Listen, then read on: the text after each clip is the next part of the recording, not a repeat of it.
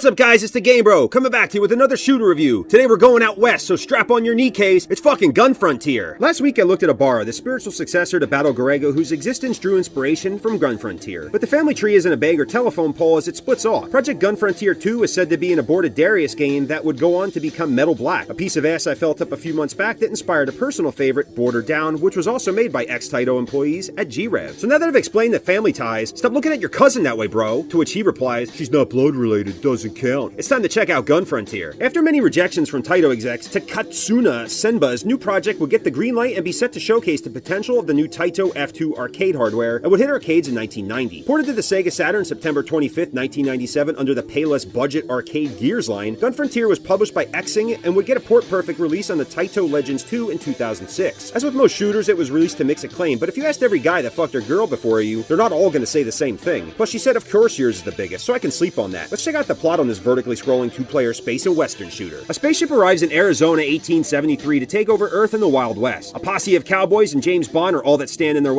oh fuck, wrong one.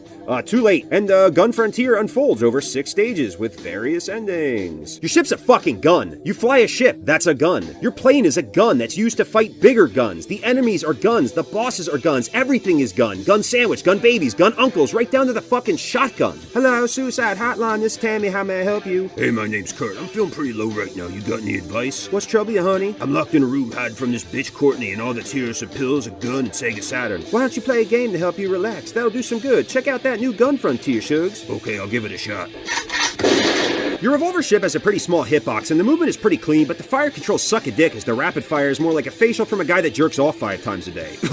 Collecting dimes is what I'm all about, and they will power up your main shot every 5 you pick up. Collecting gold bars power up your bomb, and is where you start to see the inspiration from Battle Garega. While not quite the ranking system that Yagawa would incorporate, Gun Frontier's difficulty will max out in the second stage if the fire rate is too high, making the same smaller enemies take a few more hits to waste. Lose a life and your weapon level drops, but what's more frustrating than getting KFC on January 17th is respawning at checkpoints.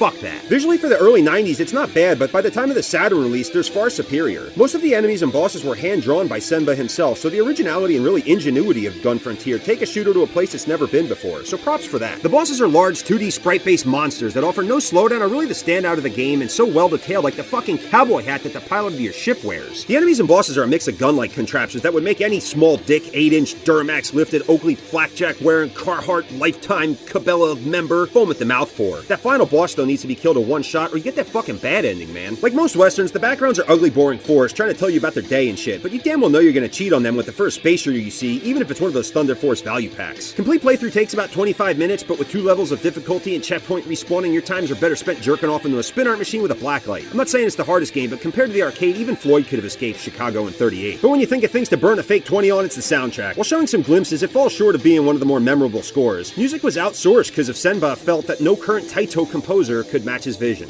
Ouch. Replay value is 6.5 on a Wednesday night. Not horrible, but a good score you send the Patrick Swayze pick to Thursday morning, because there's no way you hit it twice. Is it a good pick-up and play? Depends. If you're down with Western and love guns, then this is your jam. If you're more traditional, it's more of a collector piece. Mainly that's what it's turned into, a shelf queen. Gun Frontier spends more time on the shelf than in the Saturn, but in a way that's not a bad thing. It's more talked about than played, but in its value has jumped to almost $200. That's more than either of its other 2 arcade Gears line command. But its legacy is more than being a budget title for a bastard console. Its existence is the inspiration for a pedestal title that would change and define a genre alongside Radiant Silvergun. Funny that Image Fight was also a budget title said to have been inspiration for Silvergun, as Metal Black was to Border Down, but there's always got to be the older sister. You played the best, now it's time to fuck the rest. Gun Frontier is the oldest of 3 sisters that still lives at home. You banged both her younger sisters, shit, you fucked the youngest just last week. But there's something to be said for the first. She may not be as good looking as Ibarra or do that thing you like with your ear that Garega does, but she's always down for dick and all the holes are open for poles. And for once it's nice to be playing a game with a gun instead of putting them in your mouth. Anyway guys, hope you liked the vid. I got a ride to catch. I call shotgun. Be sure to like, comment, share, subscribe, hit that fucking bell button for them notifications. Check out my YouTube shorts, my Snapchat premiums, my Patreon account that doesn't exist.